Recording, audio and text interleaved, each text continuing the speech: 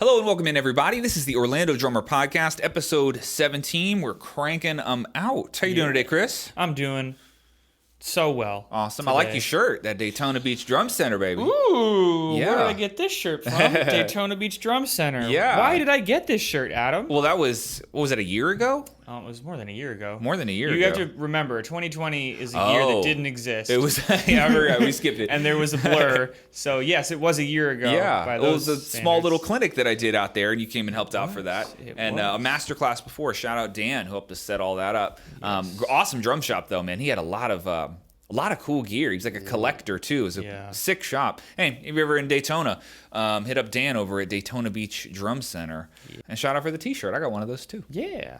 Get some cool drums. Yeah, man. He had a Barton kit there that was pretty... He did. Yeah, there was a couple brands that he had of things that I'd never seen in person before.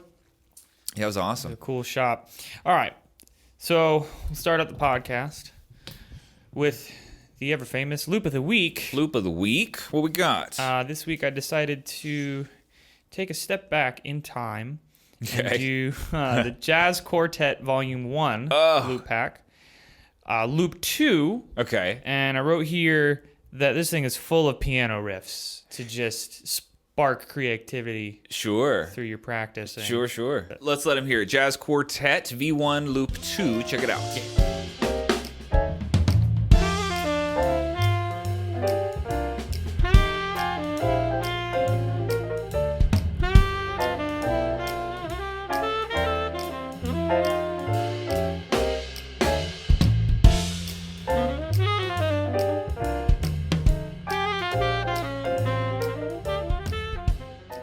So I remember when I was posting the Instagram clips, this was maybe 3 years old, 3 or 4 years old, pretty old loop pack. When I was posting the clips, I don't have a jazz background. My experience with jazz is limited to like high school jazz band. So, whatever I was doing back then. And, just using my ears to hear jazz over the years, but I don't have any formal training in jazz. I really can't like sight read jazz music. I can just kind of fake along and chameleon like decently well. But man, there were some all of the traditionalists like came out of the woodwork and they were like, what you're playing your bass drum like is not where the bass drum is supposed to be. It's like, I don't know, dude. I don't know. I just thought it sounded cool. Or I would put in backbeats and people were like, why would you play a 2 and 4? And I'm like, sorry. So it was very easy to step on people's toes. But a ton of fun. There's a lot of really cool like you said, like piano riffs and like little melodic elements in there that you can use to be creative. That's a really fun loop pack. I wanted to do another one, but I didn't because I'm so hesitant to like step on people's toes. Like I don't want to pretend that I can actually play this that well because I definitely can't, and I'm making up a bunch of parts. And yeah, there's a lot of like jazz heads out there that are like, that's not what you're supposed to play there. I'm like, okay, well, I also wrote the song, so maybe I'm allowed to, but Well, maybe you can learn some jazz. Yeah, that's a real answer. I should just learn some jazz. Yeah, that's been the subject of every podcast so far has been Adam hates jazz, won't learn it, never learned it, will never learn it. Just yeah, I don't know, man. It's my initial interest in drums as a teenager was all of the aggression, violence, chaos, rebellion, all of those things that are to do with drums. And jazz is like not that in a lot of ways. It's way more like touchy. It's a lot more finesse. It's a lot more just delicate in a lot of ways, which is what people love about it. But I don't know, man. My core attraction to the instrument is not that. I think that's why. Yeah. It's also really fucking hard. We should probably mention that too. Yeah, It's really difficult, all triplets, I equate it to jazz is the wearing a Gucci suit in a club with whiskey and smoking a cigar. High class genre. Yeah, of course. Yeah. And every other style of drumming is a beer in a bar and you're half deaf. Like that's These are the two types of drummers in the world. Exactly. We have an Italian mobster, and then we just have this like redneck in a mosh pit. This is the only two drummers.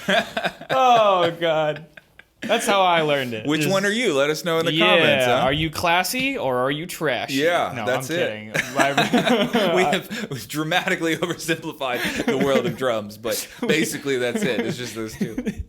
Oh, God. Anyway, this is a trash podcast. Yeah, so, yeah. This is a trash podcast. All right. So speaking of trash, Okay. There's your segue. let's move on to Player Puzzle. Player puzzle. One of my favorite segments on the podcast. Yeah, man. I love doing this one. If you're not familiar with Player Puzzle, with so many drummers out there, it's really hard to tell the difference between all of them. But some of them stand out so well that they're very recognizable. And Player Puzzle will provide 3 hints to see if Adam can guess who's playing. And we'll see if we can stump him. Last week, I know I stumped you with Eloy Casagrande. Eloy Casagrande. That was a good one. Gotcha there. You Good said one. Joey Jordison. Joey And I was Jordison. Hey, the S on the sticks, man. That's so relieved that you got that wrong. But maybe today Bad I'll guess. lose, or maybe today I'll win All right. everything. Well, let's find out. So, the first hint here today, when I pull it up in my notes, I'm going to listen to Sparkles. Sparkles. All right. Player puzzle 1. Here we go.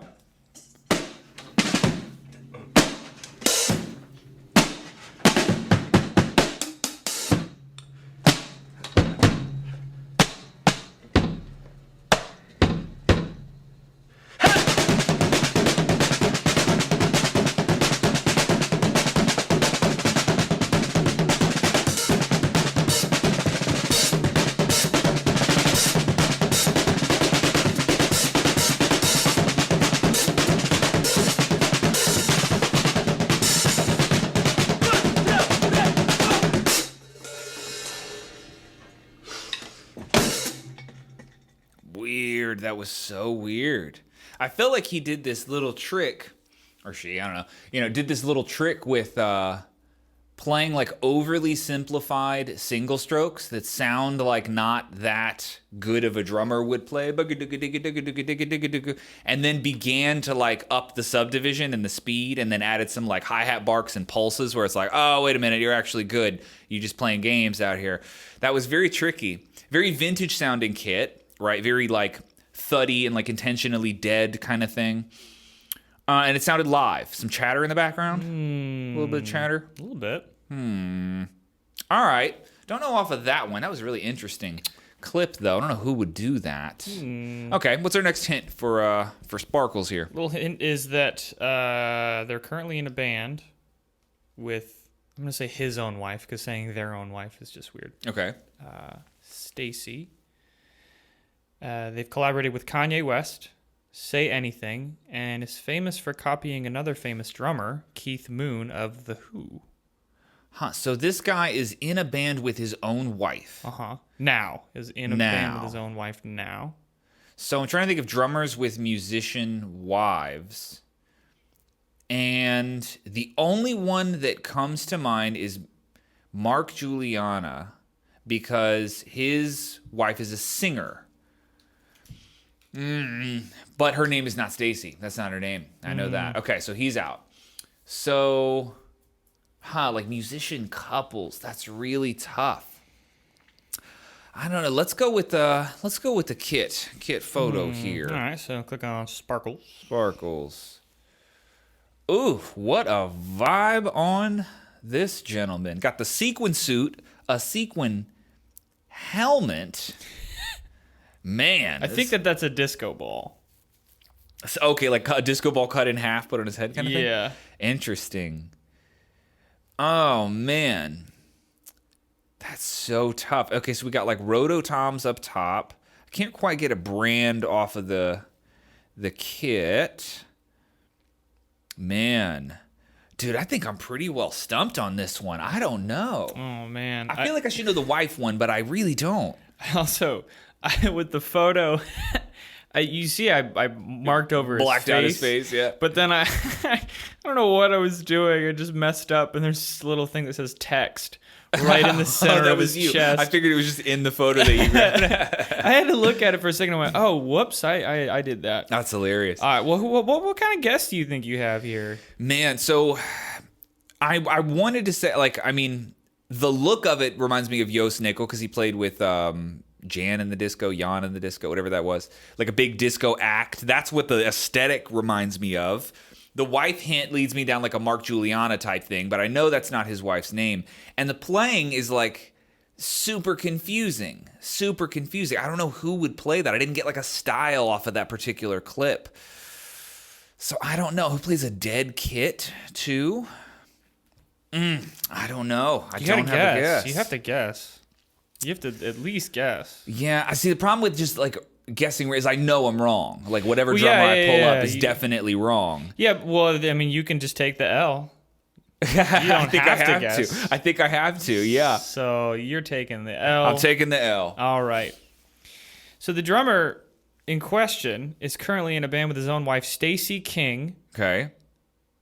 Is famous for copying another famous drummer, Keith Moon of The Who. Okay. Who wrapped duct tape around their head to secure their headphones. Oh. It is Darren King. Darren King. Yes. Gotcha. He's interesting. So the clothing I wouldn't have known, the wife I wouldn't have known with him. We talked about him a couple episodes ago, but not in Player Puzzle. It wasn't in that context.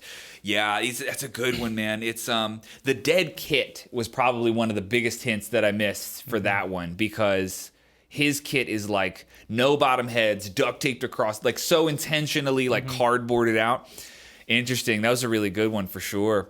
It's also, I'm so used to hearing him in the context of Mute Math, right? That like removing him from that is sort of, you just get like this dead kit funk sound that I didn't quite tie into him. That's a good one though. Yeah. He's not brand loyal to any sort of drum manufacturer. He is cymbal loyal though. He plays Istanbul cymbals. Istanbul. Okay. And then he's done so many projects that listening to his drumming, it's so distinguishable from so many other drummers. Do you know awesome. Anything about the project with him and his wife? That's always interesting. It's called Sucre. I hope I'm pronouncing that correctly. Okay. Sucre with a thing over the E. Interesting. His own wife is also she's a singer-songwriter. Okay. So when they got married and he left Mute Math in 2017, he started the band with his wife. Interesting. Yeah, the musician couples are always interesting to me. I don't know about you guys. I never dated a musician. Certainly never a full-time one at all. I've always wondered what that dynamic is like to do the same job as the person that you're with. That alone is very interesting. Yeah, and seeing as how most drummers I feel like are competitive, you'd kind of clash. Maybe. I mean, ideally you wouldn't. Right. If you were going to form a band, there's no reason to be competitive. Sure. Even just the idea of like doing the same thing as your partner, even if you were like both electricians or something, like it's very interesting to have that much in common. I feel like most people, there's more of a contrast than like the matchy kind of thing. I'm always interested in that. I'm sure there's really cool like benefits to doing that for sure. Yeah, having the same profession as your partner. Yeah, it's an interesting one. All right, cool. Well, got me on Darren King, man. That's a good one. That's a good one. So next up, I couldn't even think of a name for this. So I don't know is the title. IDK, I don't know. All right, let's check it out. Player Puzzle 2. Boop, boop.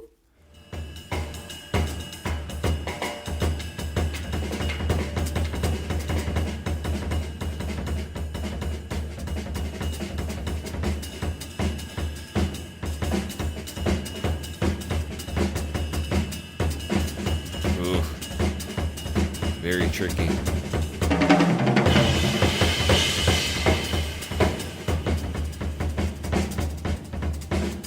I think I know this one.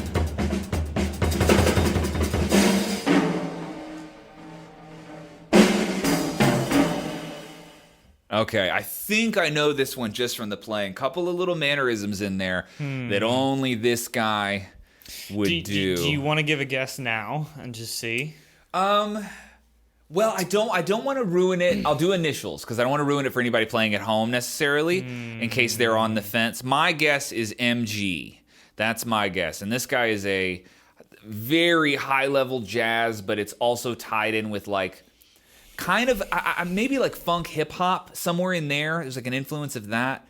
But the way he implements it into like this jazz substrate is very specific. And there were a couple of little mannerisms in there that like, that sounds exactly like something that this guy would do. So MG, those are the initials of the drummer. That's my guess as of now. But okay, let's keep running through the hints and see if we can't narrow this down. Yeah, second hint. This drummer was born in New Jersey, lives in New Jersey, was trained to play classical jazz, but plays electronic-centered music. Ooh, see, two things. I'm not sure where this drummer lives. And electronic music I wouldn't put as like a home base for him. Can kind of play everything, this particular drummer. So maybe I'm going down the wrong road there. Maybe. I'm not sure. Well, okay, our kit photo will help because we can get some brands going. I at least know what this guy plays, I think. All right. Okay. Go Okay. ahead. Okay, Gretsch. That's in line with what I'm thinking, for sure. The very simple setup, for sure. Ooh, DW hardware is throwing me off. Is that DW? Oh, yeah. Look at that. It could be bar. It looks like it's at a gig. The sticks are Vic Firth, but black. What is the black Vic Firth model? Huh. And then, yeah, with the cymbal setup in the Gretsch, I think my guess is about as close as I'm going to get with the plan. I'd be real surprised if it's not who I'm thinking of. Maybe I'm wrong. I'm going to go with brother Mark Juliana. It is. Yeah. It is Mark Juliana. Mark Juliana, man. There are a couple things in that audio clip that were just like, oh, that's only him. Something where, okay, he does these like, for lack of better words, rolls down the toms, but he ends on the floor tom, and he has these little stutters of a left hand on the floor tom with the right crash, like a very particular mannerism of how he ends some of these things. And you know, when he did what was it, VF Live, I don't know what exactly. Yeah, what they call it. performance. Yeah, those performances. So they filmed those the week before NAMM, and 2 years ago I was there, and right from side stage got to watch him do that, and it's a very, very particular little mannerism. And then, yeah, I don't know, like I was saying, like something about like this funk hip hop blend that he's able to sneak into jazz playing is really, really easy to recognize. So yeah, that was a good man. It's one of those people, if you're at all familiar with his playing, it's kind of hard to hear him and think it's anybody else. It's so specific, but that was a really, really good one. And funny that we mentioned him with the wife musician in the earlier one, right? Yeah, that I was like, oh no, he's on the right track. Funny. Yeah, really, really funny. Yeah, his wife's an amazing singer, but cool. Two good player puzzles, and you're one of two. 2 weeks in a row. Yeah, oh man. So yeah, we're I got 50-50. 4 points now, I think, I've stumped you. Who was it? Tony Royster Jr., Eric and Proda. was the weird one you got me on. Eloy Casagrande last week, and then Darren King this week. Yep, absolutely. I need to study up on all of them, apparently. Oh, of course. Yeah, we got plenty more to go. Oh, yeah. All right. Cool. That'll end it up for Player Puzzle. Cool, man. Had a lot of fun with that one. Oh, yeah. Good way to introduce the podcast with that segment. Move on to Accent or Ghost. Cool. This is a piece where we get Adam's view on many aspects of the drumming industry at large. And at the end, we'll get an approval, an accent, or a disapproval, a ghost. Cool. So what do you think about looking to the past to learn about playing the drums? That's a weird one for me. Because I am one of those drummers who, when I grew up listening to drums, my interest was always in what's popular now. So like, you know, for me, when I was in high school, it was like, what albums came out this year? What bands are like relevant and cool and modern right now? I never, ever had a phase. People are going to hate me for this. Oh, yeah. I never listened to Rush. I never listened to Zeppelin. You name the old classic band with all these parts that influenced everything we know and love. I never had a phase where I listened to them. I'd seriously, I'd have a really hard time playing a single part or recognizing a part from any of those classic bands at all. You know, I never had this idea that that drummers like that weren't valuable. I always knew that, of course, the things that we play came from somewhere. But as far as my personal interest in rhythmic expression, you know, it's always been more interesting to me to think about where we're going and what's being done now than to look back and say, how did we used to do it, right? And, you know, it's one of those things, like, an example I would use would be like Jimi Hendrix, right? Like, he was the first person to play licks that sounded like that. It was a brand new sound. And so he gets all of the musical street cred in the world for doing that. But if you were to hold him against, like, Mateus Asoto, who is one of the greatest, like, modern living guitar players on earth. You just go to his Instagram, I'll put it on the screen. Absolute freak. Yeah. You know, there is no question of who is technically better at guitar. That's not really up for debate here, right? But we're also talking about two different ways to value playing, right? Like, has Mateus Soto like impacted the music industry in the same way? Like, no, probably not, right? Like, there's so very, very different values. I think when I go back in time and I watch videos of older drummers playing, you know, without discrediting the value of their like creative contributions, my lack of interest is rooted in the fact that I can watch 17 or 18-year-olds on Instagram that are technically more proficient than them. And that is, again, in no way like a knock on the skill level of drummers from 50 years ago or 30 years ago or 40 years ago. It's more so just that I'm interested in the technical progression of the instrument. And of course, technically, things are progressing at a way faster rate, just like technology, now than they were a long time ago, right? And this is a product of the internet. Like, what happens when you raise a musician with access to all of the drum information in the world, all of the rhythmic information that they could ever need, when you introduce them to that at age 12 and they're raised with an iPad next to their drum set, you get a different level of musician by the time that drummer is 18 or 25 than you would have if they had to like catch a bus to the music store and buy whatever book happened to be there, right? I mean, if you go pre-internet, the exchange of information was very, very different. It was much slower, right? So this is why there were less incredibly talented, proficient drummers a long time ago, right? And now it's like you just open Instagram and you see these absolute freaks, and there's like more and more and more of them. I think a lot of that is the speed at which we're able to exchange information through websites like OrlandoDrummer.com. That really, it's just all the internet. It's the internet, right? So for me, because technical progression of the expression of rhythm is what I'm so interested in, it is less interesting to look backwards and sort of see the history of where things came from. But I say that having a complete understanding that there's value in doing that too. So if you're somebody who really likes to look back at, you know, a different era of drumming and see where things came from, I don't want to make any argument that that's not a valuable thing to do. Of course, you could argue that I'm missing stuff by not doing that more often, by not knowing Rush songs or Zeppelin songs necessarily. I think it's personal preference, you know? I think, like the answer to everything, moderation is probably key. For guys that have exclusively studied drummers from the 60s, like, hey, dude, you know, we got some pretty cool shit going on nowadays if you wanted to kind of look the other way a little bit. But you could also say that somebody like me, who has this pull towards like the progress of rhythmic expression, you know, I think somebody like me could stand to benefit from looking back a little bit, and I have some of those aha moments, like, oh, that's where that idea came from, like, interesting. So, yeah, it's a push and pull, but personally, on a personal level, I'm gonna ghost looking back at drummers. It's just, I don't know what to say other than it doesn't personally interest me, but I would never ghost it for anybody else. Never for anybody else. If that's your interest in drumming, is looking back and studying the history of where things came from, who played what at what time, what they contributed, and who it influenced, I don't think that's a waste of your time by any stretch of the imagination. So it's just personal preference. For me, it's a ghost, but it gets an accent for anybody that wants to approach the industry that way, or not the industry, but the art form that way, you know?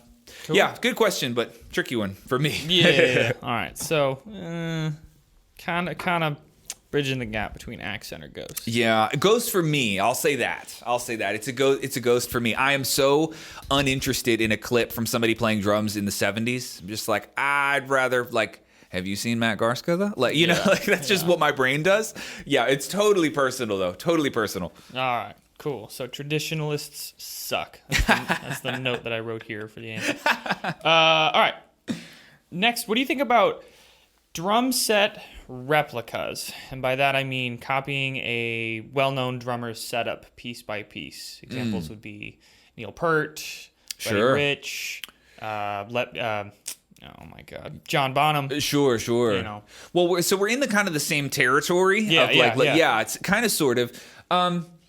I really, okay, if you were doing a cover band, then that to me is the exclusive pass, for sure, right? I mean, if you're doing, I don't know, what's an old band that I don't know much. Dream Theater. I know it's specific songs, mega drum set, whatever. I don't know. I don't know any Dream Theater songs. But like for the Dream Theater cover bands that are out there, Jesus. Well, I feel like Rush is probably the best example of people Led who Zeppelin, like Led Zeppelin for sure. AC/DC, all that stuff. And if you're playing the parts and they're supposed to be accurate to how they sounded on an album, then yeah, you got to replicate the whole kit. I totally understand that. But outside of that, if you're trying to like have some sort of personal musical identity, your own personal musical expression, and you think that the best voice for you to do that with was someone else's voice, by voice I mean kit, I disagree. I really don't think... I think it's a forfeiture of your individuality. That's what I think it is. And keep in mind, there are phases growing up where you'll do that because you just don't know what else to do. So for example, I definitely mimicked Travis Barker's entire setup when I was 16 because I didn't know how this drum set was supposed to be set up. He was one of my bigger influences at that time. I thought it looked cool, and I thought, man, I'll set my kit up this way. That's perfectly normal behavior when you're early on in drums. I mean, what else are you supposed to do, right? You don't have your musical identity dialed in just yet. You don't know what kind of drummer you're going to be. You haven't learned all of the mannerisms that you're going to use to express yourself, so you might not know how high your ride should go or what angle your snare should be. And as your interests sort of take shape and your skill sets kind of emerge as you go on the adventure that it is to play drums, you start to fine tune those things, and you eventually, hopefully, dial in this customized voice, which is your drum set, and all of the angles and depths and heights and tunings and heads and textures and woods, and all of that stuff ends up helping you paint the picture that you want to paint.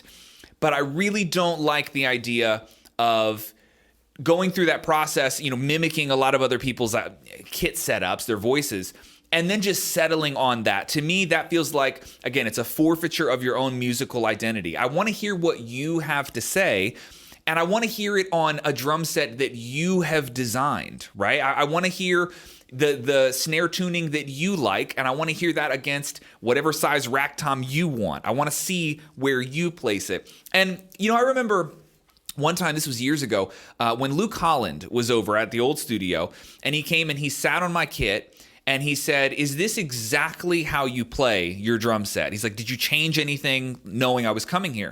And I was like, no, that's exactly what it is. Like everything, like to the inch, that's how I play it. And he was like, man, he's like, I love doing this, like sitting in someone's seat and looking at every single detail of their kit setup and like all these little different decisions that we get to make, and he pointed out a couple things. He was like, dude, your hi-hat is so close to your snare. He's like, I would never play it that way. For me, it's like a foot to the left. And different angles of crashes, and we had a long discussion about like some of these little subtle differences that you find between different people's, personalized setups. But again, you don't have any of those personality distinctions if we're all just copying people's drum sets from another time. So my answer would be, it's a phase. If you're young, that's okay. That's part of the deal. It's how you learn. But I would hope that we graduate to some point of musical identity, right? You're supposed to be honing in on your own personalized setup. And by the time you're, I don't know, let's just say 10 years into playing drums, I sure hope you're not copying someone's exact replica of a setup. I hope that's not the case. So yeah, I would say early on it gets an accent, but for the most part, if we're talking about mature seasoned musicians, hard ghost. Don't do that. Don't do that. It's a forfeiture of who you are, right? That's my opinion. All right. Ghosts all around. It's a spooky podcast today. All right, that'll do it for accent or ghost. All right. Cool. That'll move us on into Sleeper Spotlight. Sleeper Spotlight. Wake up, everybody. In this segment, we introduce a drummer that y'all are sleeping on. All right? And then we'll get Adam's opinions, impressions, and constructive criticism, if any. Okay. Hopefully not. Some killer drummers this week. All right. It's hard to do criticism when they shred this hard. Well, I feel like, what am I supposed to say? Yeah, You're awesome. yeah. That's half of if we forced you to pick out something negative for each of these drummers, sure. You could trash talk all day and just ruin their day. You're just talking about their clothes and shit. But drumming wise, the carpet in this room is horrible. They shred. All right, cool. So first up is Rob Avcharian. I'm butchering that. Okay, it'll be on the screen. Yep, Jetpack Boy on Instagram. Only 900 followers. Okay. What's up, Rob? What you got? What's up, Rob? Clip number 1.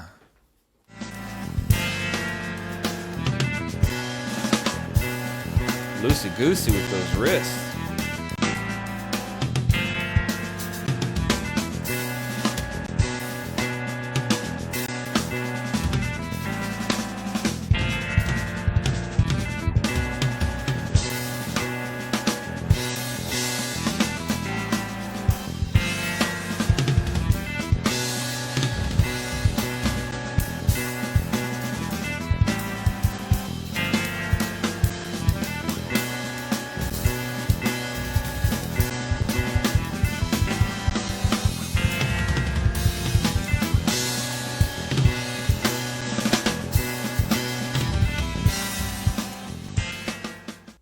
Man, that kit sounds so good. Man, those toms are absolutely dialed. Everything sounds killer.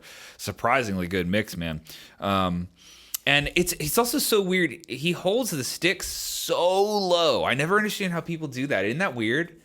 Like that. I do that, yeah. You hold that far back. I have enough.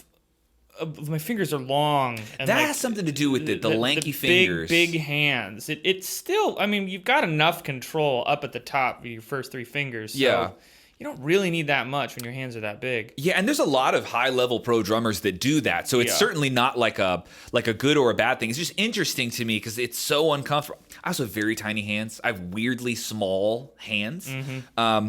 So maybe that has something to do. Yeah, you're right. Like maybe the length of finger has to do with like your ability to do that. Just the length of, I mean, the overall length of your arm and your fingers and your hands. I'm reaching into the camera there. But it for some reason, you don't want to move your arms so much because there's a lot of energy being spent moving this much mass this far. You want to keep your elbows in. So you keep the reach by holding back a little bit. Yeah. And it's such a minuscule difference in the fulcrum that maybe it's just something you could get used to. Like if you decided to hold further back, you would just acclimate to that. But he holds particularly far back on the stick. Yeah. But man, some of his the smoothness of those like Swiss Army triplets or the flam work off the ride. I don't know if he went full Bluzda, but like in that realm, man, very, very smooth. And the kit just sounds so good. I love this kit sound. Really like warm, but not muddy warm. Like a lot of clarity for being that much low end.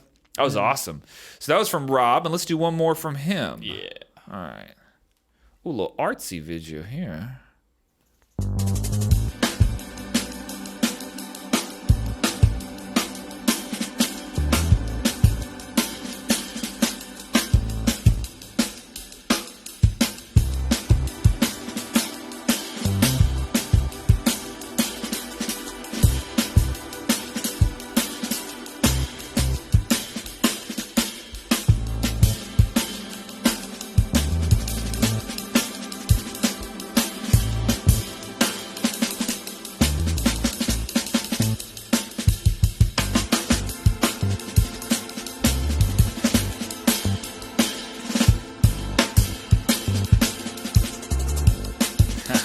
Mark Juliana-ish.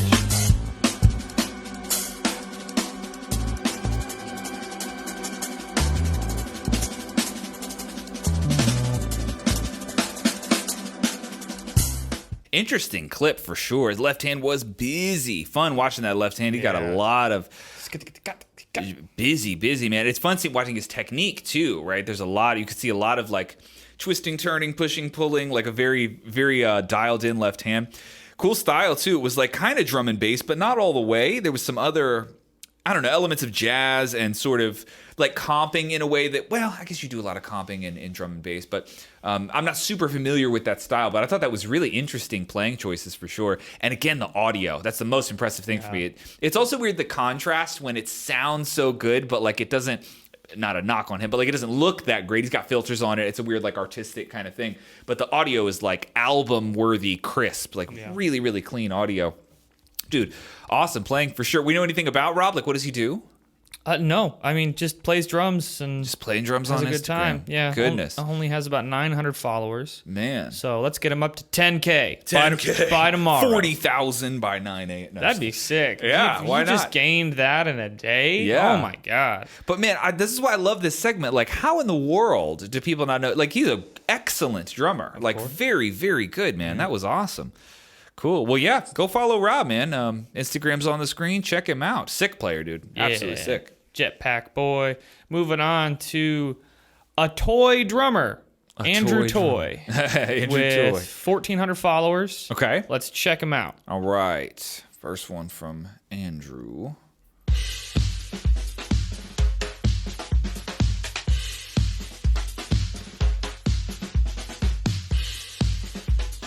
That gushy ride.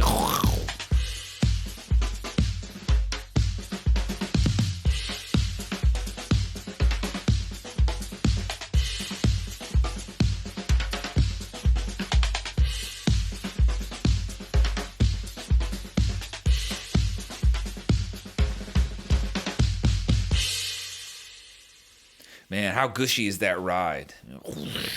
That's a good sounding ride, man.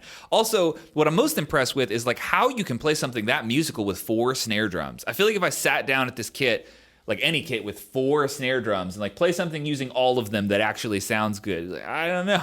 I'm used to one. I just used the one. So, that was really impressive for sure.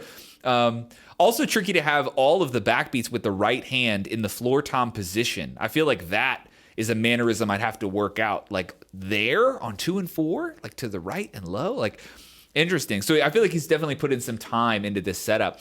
But I thought that was really musical and a pretty impressive use of 4 snare drums. I don't think I could sit down and just make up something that musical with that setup. So I feel like he's invested some time here and really impressive, man. It sounded absolutely killer. Good audio again, too. Good audio, guys, today. Killing it. It was sick. Yeah, we got one more from Andrew. Okay, second one from Andrew.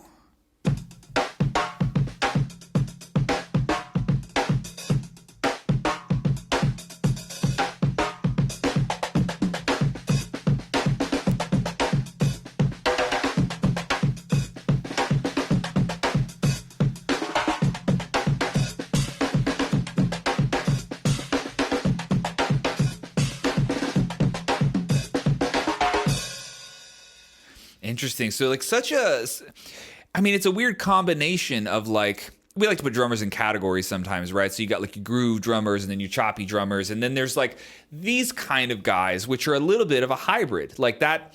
It's a groove. That's what he played in both clips, right? Like a full groove, but it's got a busyness to it. There's like a storyline within the groove, and he uses moments of the groove to kind of hop in and out, and that would be his version, at least in the context of these clips, that's like his version of what the fill would be or the chop would be. It's like built into the story of the groove. And to me, that's a really cool hybrid way to approach drumming, right? Like to sit down and that's what comes out. You know, for me, that's so different than when I sit down at the drum set and what comes out. It's not that. It's not like a storied, textured groove where the fill and groove sort of is like malleable between the two. That's not really like what I would ever sit down and play. So it's really interesting to me to see someone whose expression is exactly that. And again, the creativity with the 4 snare setup is impressive because I couldn't sit down and do much with this kit, and it sure wouldn't sound that good.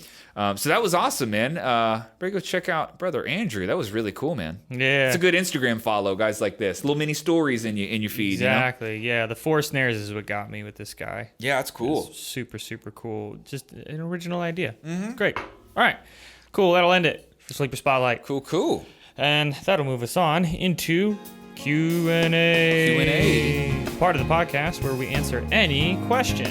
These Correct. questions come from Instagram, they come from YouTube, they come from the forums of OrlandoDrummer.com, or you can reach out to me at chris@OrlandoDrummer.com to submit your questions. Cool. All right, first question from Benny Sia. That's B3NNIE.Sia. Asks, Okay. Hi, Adam. As educators, how do we make effective lesson plans and manage different students' progress? Ooh, loaded question for sure. Mm-hmm. But, okay, let me say it this way. So, Benny. Okay, there is a problem I see that sometimes very high-level drummers have, drummers that are naturally talented, and let's just say, for a lack of better words, when you're really talented, like, you don't have to try as hard to be as good because you're talented. It came easier to you. And we can all think of drummers that go in this category. Of course, we all have our own natural talents, but then there are the freaks among us who are just supernaturally talented, or however you want to describe it. And I find sometimes that when those drummers get really, really good and then they try and teach, sometimes they are the worst teachers because they don't have an ability to go back and assess what they did that got them to their current skill level, because they might not have had to have done that much at all, right? Or at least what they had to do was so minuscule compared to what someone else has to do. We all have different paths to becoming, skilled drummers. Some people, it's just easier than others. Life's not fair. That's just kind of how this works. And so for me, I find when you have a really, really good teacher, oftentimes what you find is it's a person who has an ability to reflect on how they learned things. They can remember when the light bulb went off for them because it wasn't always on. For some people, if you're that talented, the light bulb was just on the first time somebody said, hey, try it this way. Like, oh, I get it. And then you just kind of go from there.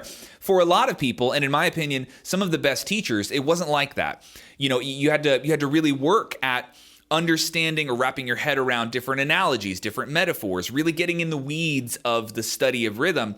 And then you kind of have these little landmarks where you're like, man, when somebody explained it to me that way, then it clicked in my head. And then when I played this part this way, or this exercise from this book this way, then it all clicked and I started to understand. And as you can look back, reflect on your own musical experience, and kind of catalog what those moments were and how they impacted your drumming, that to me gives you a really powerful teaching arsenal. Because for me, all of my most powerful lessons, right, or the concepts that I could share that I think are the most impactful, I have them because I remember what it was like to not understand something and then to have something click and go whoa, now I get it. And then that became one of my favorite lessons to teach that I try and share with people or repackage in a way where I can save some people some time, right? So when it comes to making a lesson plan for a specific person, you don't want to just brain dump on them and say, here's all of the crazy light bulbs that went off for me and just hand it to them. You do need to assess where people are and really assess their own strengths and weaknesses, because some drummers are going to be very good naturally at some things and you don't need to work with them on those things. And other drummers those same drummers will have some weaknesses, and so you kind of want to double down on those. So I would definitely, for each student, it's important that you take inventory of their strengths and their weaknesses, because you don't want to just have a template lesson program and apply that to every student. That's not going to work. I really dislike that element of a fixed curriculum. I really don't like that because everybody's just an individual with different strengths and weaknesses. So I like the idea of customizing what you're going to teach someone, a lesson program or a curriculum, customizing it based off of what they're good at and what they're not good at. And of course, their goals would be, how you sort of orient that sort of stuff. As far as tracking progress with students, that's a lot harder. It's a lot harder because some people have a willingness to move on from a certain thing that they're studying too early. They get frustrated, or they kind of sort of get it. Let's just say they got a C in the grade, and for them, they're okay with the C and they'll move on. It's your job as an educator to really tell them, is the C really acceptable, or do you want to get an A before we move on, right? So a lot of times as an educator, you have to implement some or force a little bit of patience on some students and go, look, you're not quite ready to move on from this topic. I know we've done it 2 weeks in a row, and I know you've practiced it a lot, but it's not quite there. So tracking that sort of progress, man, that's a difficult skill to work on as an educator. A lot of finesse involved there, especially if you have students that get frustrated or a little bit impatient. So helping them through that is really difficult. But my overall advice to this, how do you develop lessons for people? How do you track their progress? The more personalized and customized you can make it, the better it's going to be. I would say avoid that trap of thinking you can design a curriculum that's going to work for everyone. That's really not how things work. And we've run into this problem on the site before. People will will log on and they go, what do I start first? And I'm like, dude, I have to know so much about you before I can give you a solid answer. Like if I had a go-to answer for everyone that asked that question, to me, that's a failure on my part as an educator to treat people as individual musicians. Like I can't just assume that we should all be working on the same thing. Very rarely is that actually the case. So I would say just, be as personalized as you're capable of doing, right? Really try to get into someone's head and just understand where they're coming from, identify the strengths, identify the weaknesses, and try and customize that plan to them, and then track progress according to the goals, their level of patience, all of those things. But customize it. Trust me, that's I think you owe it to them, especially if you're charging, by the hour, going rates for music educators, $50, $60, $70 an hour, whatever it is. Yeah, you owe them that. Personalize it. So cool. Good question, though. Personalize it. Thank you, Benny. Next question from Jerry Salgado 10. Okay. He asks, at what time of the day is it a good time to play so that your neighbors don't hate you? I play from 5 to 7. Is that okay? I'm assuming he means PM. Yeah, not AM, bro. AM would be not way AM. worse. No, I'm going to answer that for you. But even PM, I'll weigh in on this. 5 to 7, people are getting home from work.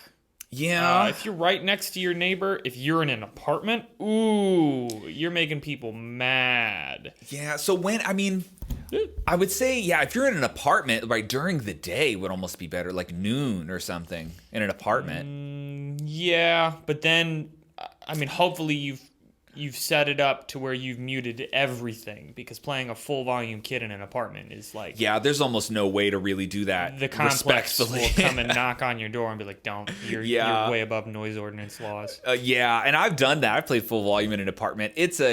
Let's be honest, that's a dick move no matter when it's an apartment, yeah. So answering, it's going to depend on your neighbors, your neighborhood, the spacing between your houses. There's so many variables. I can't give you a time, but who can is your neighbor. So what I would do, and it's not weird at all. Even, you might be young, and I know it's weird for like 16-year-olds to act neighborly, right? You don't think about that till you get a little bit older. But I can tell you that adults in your neighborhood, I don't know how old you are, by the way, so sorry if you're not 16, but, being really respectful, knocking on your neighbor's door and saying, hi, my name is Jerry. I'm a drummer. I do play drums, and I know it's really loud, but I'd like to time it out with whatever is most convenient for you. Are there any days or times when I could play drums that it wouldn't bother you at all? Like, here's a good example. When you're mowing the grass. When your neighbor is mowing the grass is an excellent time to play drums, because who cares? They're making more noise than you, right? So it's sort of things like that. But I would just try your best to not make it weird, to be the cool neighbor, right? To make it where, I'll give you another good example. Make them comfortable asking you to stop so they don't call the cops first. That's really cool. If they can come knock and say like, hey, Jerry, remember you said you play drums? Just, it's not a good time if you could stop. And you'll say, hey, no problem. Thanks for asking me, instead of sending the cops to my door. Because the neighbor that you've never talked to, that you don't know, that's going to be their move. They're just going to call the cops because they don't want to make it weird. So it's your job as the noisemaker to go make it not weird. Smooth it over, make that a good relationship. Try to not make it awkward for them, So yeah, it's going to depend on your neighborhood, your neighbors, all of that stuff. But just do your best to be cool. Oh, and there was actually a story. I just thought of it. There was a story I wanted to tell here. So I had a house with a bunch of friends. We jammed a lot, and we had this neighbor, older guy. We didn't really know him that well, but older guy, like I want to say in his, maybe in his 70s, real older guy. And, we wave at him mowing the grass and stuff, but we had always kind of wondered, like, when we jammed, the window that faced his house was like really close. We always wondered if this guy was going to call the cops one day. We never really had a chance to talk to him. And one day we're jamming, and he comes over and he knocks on the door, and we're all just like, oh shit, like it's going to be so weird. We jammed so many times, and he's probably so fed up and so mad. And we open the door, and he goes, listen, man. He said, I just wanted to come over, and I wanted to tell you, you need to turn that shit up because I love it. And this guy was like... That's pretty good. Yeah. Oh, he was so cool. So he came in. He wanted to watch us jam. Coolest neighbor ever. He was really, really cool. So that can happen too. You never know. But Anyway, that was one cool neighbor experience I've had. I've also had the cops called on me for playing drums before, so it can go either way. Anyway, be the cool neighbor, smooth it out. Yeah. It's, you're the one making all the noise. Try to make it not weird for other people. Yeah, and hopefully you have a cool neighbor and they come up to you. Like, I had this experience where I was in a band and then I did have a neighbor come up to me and he was like, I didn't know you played. It was pretty nice. Yeah. Hopefully you have that experience, but the tail end of that is the cops get called and you have an awkward conversation with the cops. Yeah, and cops don't want to be there either, but just try to avoid that. Yeah. All right, cool. Well, thank you, Jerry. Thank you, Benny. Thank you for the questions.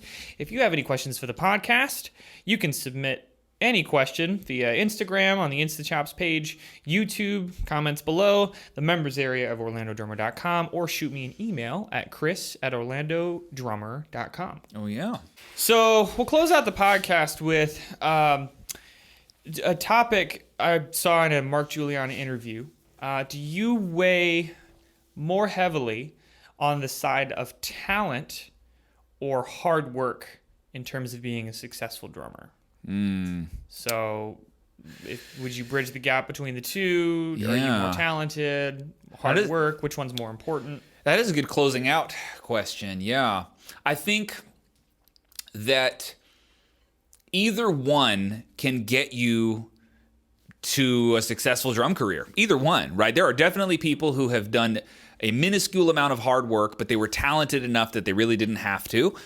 That's a real person somewhere. And then there are people who were born with little to no natural talent, natural ability, and they just worked their ass off. And then they also had an equally successful career. So it's not a matter of like which one works. Clearly, they both work. I think everybody has some version of a natural talent. You know, if you're playing this instrument, hopefully you've got some version of a talent here. It might be that technique was easy for you. It might be that speed was easy for you. It might be that the math part of drums was easy for you. Within the domain of all things rhythm, you probably have some things that you're better at than others. So let's just call those your talents. I think the sooner you identify those, the better, because it tells you where you don't need to put in the hard work. The hard work is really, it's the hardest when it's in contrast to your talents. It's the shit that you're not good at that requires all of the hard work. And I think the hybrid of these two things, your natural abilities versus your willingness to convert your weaknesses into strengths, like the hybrid of those is where you get the best drummers alive. And so my favorite example for this is always Chris Coleman, who is so clearly naturally talented. Like, clearly. There's no argument that he's not. Come on, right? But also, the guy's got multiple music degrees. Like, I know he's made it through New Breed, that book, multiple times. He's talked about it. Like, bro, you ain't getting through that without a lot of hard work. That's a really difficult book. One of probably dozens that he's made it all the way through. So it's those kind of people that I like to use as an example where one does not negate the other. Or rather, maybe it just goes one way. Like, just because you're freakishly talented doesn't mean that you can't work just as hard as someone who's not talented, right? And I think when you identify your talents, your natural abilities, and combine it with working so hard that it's like you weren't even talented to begin with. When you merge those two together, to me, that's when you get the highest level of musicianship on earth. Harnessing your natural abilities and working as though you didn't even have natural abilities to begin with, and filling in some of those weak spots to sort of balance out your skill sets. To me, that's the hybrid that I want to go for. So, but I think all of this becomes possible as you identify your natural talents, as you get to know yourself, you're playing what you're good at, and then in contrast, you figure out what you suck at, and that's where all of the hard work goes. To me, that's the way to look at it. Because the reality is life isn't fair. Some people are clearly more talented than others, and some people work way harder than others. The reality is you only control one of those things, and that would be the hard work part. But you can do this strategically. The better you get to know yourself, your strengths, your weaknesses, you can appropriately place all of that effort and fill in the gaps to make yourself a more well-rounded musician. But it's a good question, man. We could go a hell of a lot deeper on that one, but very good question for sure. I think some people don't think about enough. Yeah. Cool. Well, all right. Thank you, sir. Good podcast. Hell yeah. This has been episode 17 of the Orlando Drummer Podcast. We will catch you guys next week. Yep. Take it easy. Bye. Bye.